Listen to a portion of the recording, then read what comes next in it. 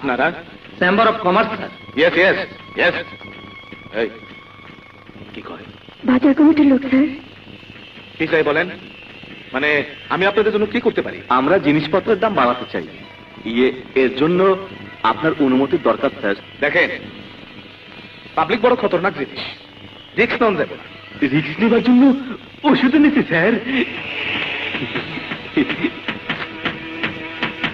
কত?